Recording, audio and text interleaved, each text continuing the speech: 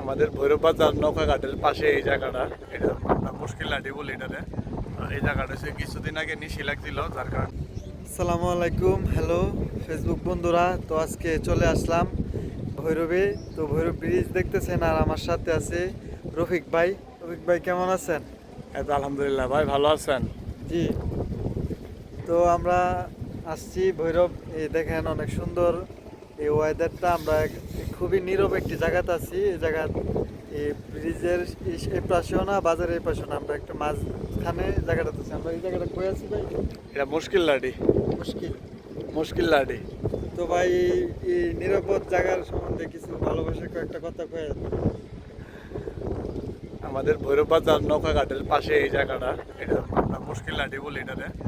এই জায়গাটা হচ্ছে কিছুদিন আগে নিশি লাগছিল, যার কারণে এখানে দেখতে পাচ্ছেন যে বালু, যার কারণে এই অবস্থা। আর ওই পাশে আজকের ওয়েদারটা খুব সুন্দর, রৌদ্র নাই, পাশাপাশি বাতাস, অনেক সুন্দর ওয়েদারটা, খুব ভালো লাগতেছে। তার পাশাপাশি আজকের ভিডিওটা বিশেষ করে শিল্পী হুমায়ুনের জন্য।